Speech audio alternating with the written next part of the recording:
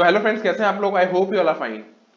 तो जैसा कि आपको पता ही है कि मैं ऑलरेडी 3 पेपर का एनालिसिस वीडियो निकाल चुका हूं फर्स्ट ग्रुप के, एंड अभी बाकी सारे सब्जेक्ट के लेके आने वाला हूं।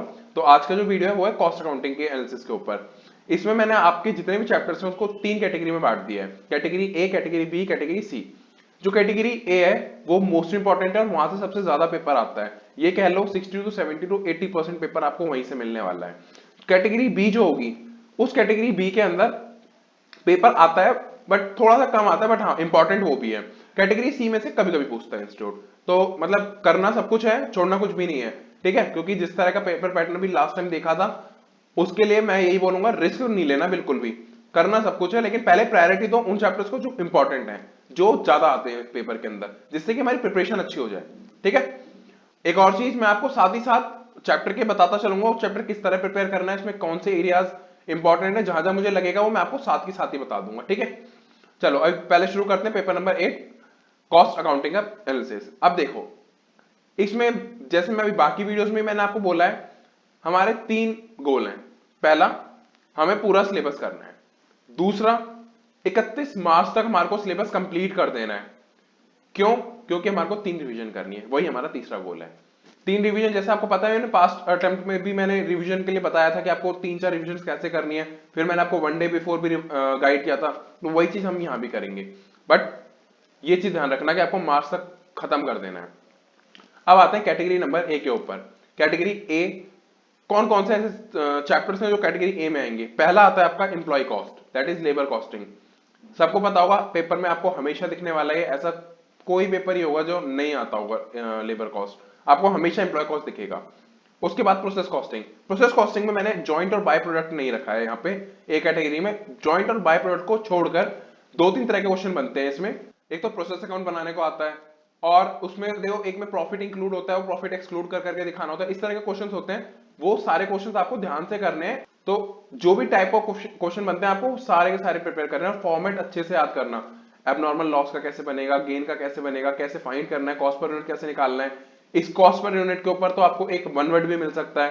तो ये कुछ वो है जहां पे आपको ज्यादा ध्यान देना है। जॉइंट और बाय प्रोडक्ट नहीं करना है यहाँ पे, वो आगे कैटेगरी में आएगा, एक कैटेगरी में नहीं है, ठीक है? नेक्स्ट आते हैं डायरेक्ट एक्सपेंसेस एंड जो आपका ओवरहेड। ये दोनों आपके ऐसे जो आते ही आते हैं। ओवरहेड तो आपको मिलना ही मिलना है, मतलब आपको कोई रेयर ही पेपर जाता होगा इसमें ओवरहेड नहीं पूछता होगा, थ्योरी या प्रैक्टिकल में आना ही आना है। नेक्स्ट आते हैं कॉस्ट शीट। कॉस्ट शीट सबने देखा है, हर पेपर में पूछता है इंस्टीट्यूट।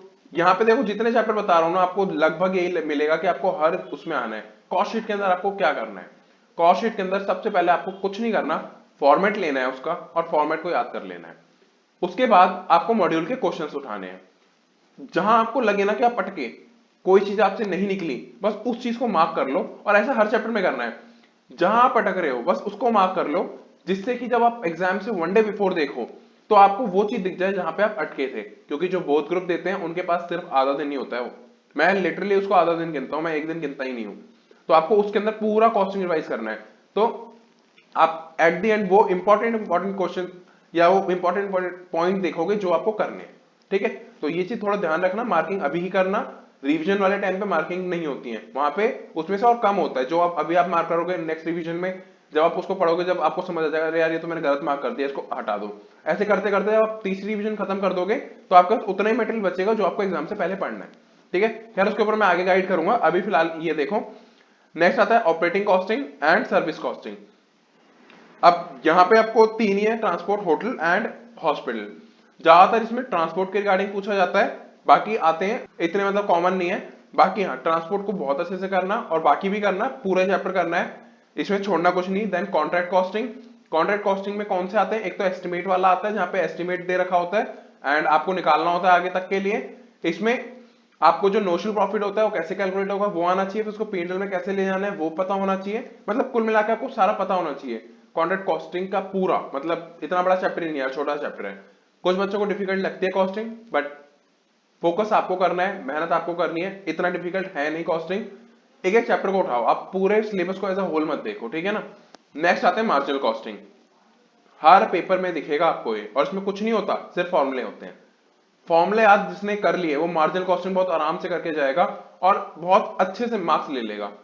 ब्रेक इवन वाला सबसे ज्यादा पूछा जाता है, इसमें डिजायर प्रॉफिट होता है, वो वाला क्वेश्चन बहुत पूछा जाता है। तो इसमें मार्जिनल कॉस्टिंग में मॉड्यूल के क्वेश्चन कर लो, टाइम बचे तो एग्जाम वाले क्वेश्चन देख लेना, 100% आपको हो जाएगा। मॉड्यूल से बाहर पेपर नहीं आना है, लेकिन हाँ प्रैक्टिस करना है आपको एग्जामिनेशन क्वेश्चन भी। क्यों? क्योंकि आपको उससे पता चल जाएगा इंस्टीट्यूट का लेवल क्या है, क्या पूछ रहा है इंस्टीट्यूट, तो आपको वो चीज है। अब जो ये वाले अटेम्प्ट हुए हैं, आई होप कि इंस्टीट्यूट सजेस्टेड आंसर निकाले, सो दैट कि आपको पता चले कि इस बार क्या लेवल था एग्जाम के अंदर। नेक्स्ट आते हैं standard costing and variance analysis. Standard costing भी आपको एक क्वेश्चन तो मिलना ही मिलना है 8 मार्क्स के लिए, और ज्यादा भी हो सकता है। ये जितने भी मैंने बताए हैं चैप्टर्स, वो 6 से 8 मार्क्स के लिए मिलेगा ही मिलेगा, ठीक है। देन आते हैं बजट। बजट भी आपको हमेशा मिलेगा, ये 6 से 8 मार्क्स के लिए आना ही आना है। मैंने इसलिए इसको यहाँ पॉइंट आउट भी करा है, अलग से लिखा है मैंने 6 से 8 मार्क्स। एक भी चैप्टर ऐसा नहीं है जो इससे कम मार्क्स के लिए आए। हाँ ये हो सकता है कभी कभी कोई एक आधा चैप्टर ना पूछे इंस्टीट्यूट, बट लगभग मान के चलो सारे क्वेश्चन आपको दिखने, सारे चैप्टर आपको दिखने ही दिखने वहां पे, ठीक है। अब आते हैं नेक्स्ट कैटेगरी के ऊपर, कैटेगरी नंबर बी, जो कि ए कैटेगरी से थोड़ी सी कम इंपॉर्टेंट है, बट हाँ इंपॉर्टेंट है। पहला चैप्टर कैटेगरी में भी, introduction to cost accounting theory. अब आप बोलोगे भैया आपने थ्योरी ए में क्यों नहीं डाली, जबकि थ्योरी तो हर बार पूछते हैं। रीजन उसका बता देता हूं। पहले मैं चाहता हूं कि आप लोग प्रैक्टिकल के ऊपर फोकस करो। थ्योरी में क्या होता है, बच्चों को देखो एट द एंड वो याद ही करनी पड़ती है, क्रैम ही करनी पड़ती है। समझ के करोगे तो अच्छा रहेगा, बट वो एट द एंड क्रैम ही करनी पड़ेगी, क्योंकि अगर वन वर्ड आ रहा है, कुछ भी आ रहा है, तो आपको एग्जैक्ट वही चीज चाहिए ना, तो वो चीज आपको क्रैम ही करनी पड़ेगी। बट अभी आपको क्या करना है, थ्योरी को बाद में करना, पहले प्रैक्टिकल करो। रीजन, प्रैक्टिकल में टाइम ज्यादा लगता है। बच्चे थ्योरी अगर मैं पहले बोल दूंगा तो उसमें थ्योरी में ज्यादा टाइम लगा देंगे, और उससे होगा कुछ नहीं। क्योंकि थ्योरी देखा जाए तो बच्चे को याद कब होनी शुरू होती है, वो अप्रैल मई में ही, जब एग्जाम आने वाले होते हैं ना, जब ही याद होनी शुरू होती है प्रैक्टिकल सब्जेक्ट की थ्योरी, ठीक है ना। नेक्स्ट आते हैं मटेरियल कॉस्ट। अब आप बोलोगे भैया ये भी हम एग्जाम में हर बार ही देखते हैं, तो मैंने बोला ना कैटेगरी बी भी इंपॉर्टेंट है, बट ए से कम है। ए में वो वाले चैप्टर है जो आपको दिखने ही दिखने हैं। यहाँ पे मेटल कॉस्ट आपको कभी कभी गायब भी हो जाता है, दिखता नहीं है, तो ये है। अब आ जाओ नेक्स्ट, प्रोसेस कॉस्टिंग। अब आपको पता ही होगा, मैंने पहले जॉइंट एंड बाय प्रोडक्ट हटवा दिया था, अब जॉइंट एंड बाय प्रोडक्ट आपका बी में आ जाएगा, ठीक है। बाकी सारा ए कैटेगरी में, जब आपको वो ए कैटेगरी के आइटम सारे खत्म हो जाए, फिर by product and joint product करना, साथ में करना है, आप साथ में भी कर सकते हो, ऐसा कोई इशू नहीं है। लेकिन ये बच्चों को थोड़ा डिफिकल्ट लगता है, इसलिए मैंने उसको नेक्स्ट कैटेगरी में ही रख दिया कि बच्चे चाहे तो पहले से छोड़ सकते हैं, पहले बाकी वाला कवर अप कर लें। अब आते हैं reconciliation of cost accounting records and financial accounts. Reconciliation ज्यादा पूछता है, जो पूरा नॉन इंटीग्रेटेड वाला पूरा चैप्टर है, इसमें से रिकंसिलेशन एक ऐसा है जो ज्यादा पूछता है इंस्टीट्यूट। तो इसमें थोड़ा ध्यान से देख लेना, फॉर्मेट देख लेना किस तरह से बनता है, कौन कौन से आइटम्स हैं, कुछ जैसे डिविडेंड हो गया, ये हो गया, इस तरह के कुछ आइटम्स हैं, उनको मार्क कर लेना, जिससे आपको पता रहे कि इसका कैसे ट्रीटमेंट करना है। कहीं ऐसा ना हो सब कुछ ही उसको कॉस्ट और उसमें कंपेयर कर रहे हो। ध्यान रखना कुछ आइटम ऐसे होते हैं जो एक्सक्लूड होते हैं, जो फाइनेंशियल में आएंगे ही नहीं, कुछ ऐसे होंगे जो कॉस्ट में आएंगे ही नहीं, तो उनको ध्यान से करना है। बच्चा गलती वही करता है, ठीक है ना। अब आते हैं कैटेगरी नंबर सी के ऊपर, जो कि कुछ बच्चे इंतजार कर रहे होंगे कि भैया वो चैप्टर कौन से जो कम इंपॉर्टेंट है। तो सबसे पहले आता है जॉब कॉस्टिंग। पूछता है, कभी कभी पूछता है, ज्यादा नहीं पूछता इसको। बैच कॉस्टिंग, यहाँ से थ्योरी जरूर आ सकती है, बट प्रैक्टिकल ऐसा नहीं आता। Cost book keeping, remaining part. अब आप बोलोगे भैया यहाँ पे तो ऐसा तो नहीं है, यहाँ पे आ जाता है कभी कभी, तो इसका फ्रीक्वेंसी कम आने की, इसलिए मैंने उसको सी में रखा है। पहले ही बोला था मैंने, करना सब कुछ है, लेकिन पहले ए और बी वाला जिसने कर लिया ना, मान के चलो 60 to 70 मार्क्स आ गए उसके। ये मैं कम बोल रहा हूँ, ज्यादा ही आएंगे, क्योंकि जो आपका पेपर बनता है वो बनता है आपका 132 के लिए, 2 ऑप्शन में होते हैं आपके, तो उसको आप आराम से निकाल सकते हो। अब कोई अगर चैप्टर रह गया है तो वो, बाकी ऐसा तो रहा नहीं है। अब आपको मैं कुछ बोनस टिप देना चाहूंगा। देखो, जब आपने यहां तक वीडियो देखा ही है, तो एक बोनस टिप दूंगा मैं आपको, और वो क्या होगी, जब भी कोई भी चैप्टर करो, तो ये तो मैंने आपको अभी वीडियो के अंदर भी बोला था कि मार्किंग साथ साथ करते रहना, नोट्स जरूर बनाना।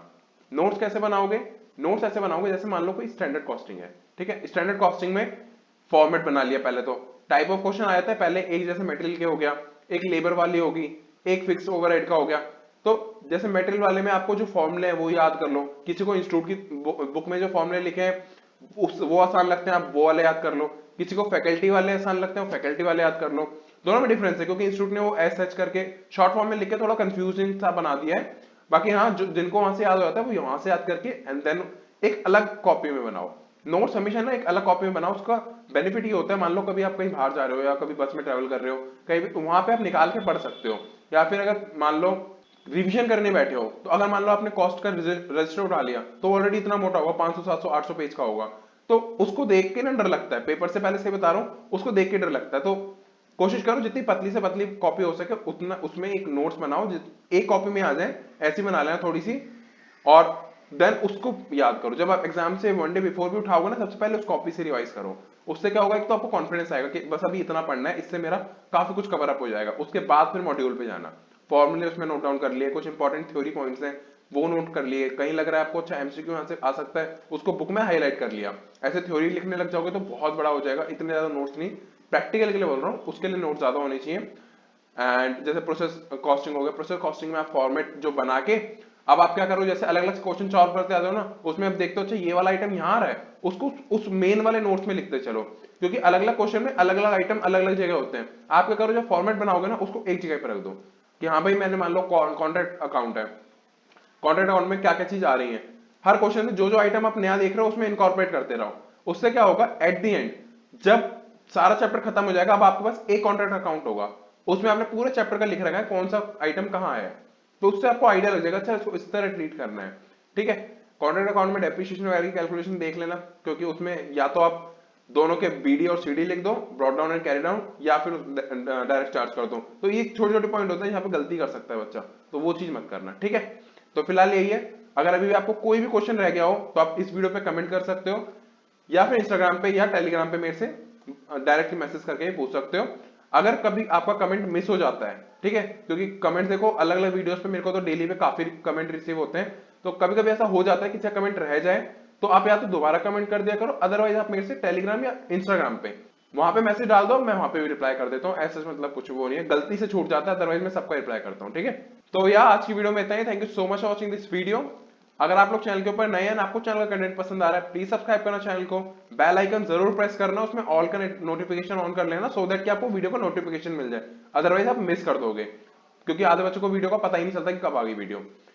ठीक है, एंड वीडियो अच्छी लगी हो प्लीज लाइक करना। अपना कोई भी फीडबैक या सजेशन देना हो कमेंट करना, कोई भी क्वेरी हो आप कमेंट कर सकते हो, पर्सनली कनेक्ट होकर वहां से पूछ सकते हो। एंड इस वीडियो को शेयर जरूर करना अपने फ्रेंड्स के साथ में एंड ग्रुप्स के अंदर। मिलते हैं नेक्स्ट वीडियो के अंदर, जब तक के लिए टेक केयर, बाय।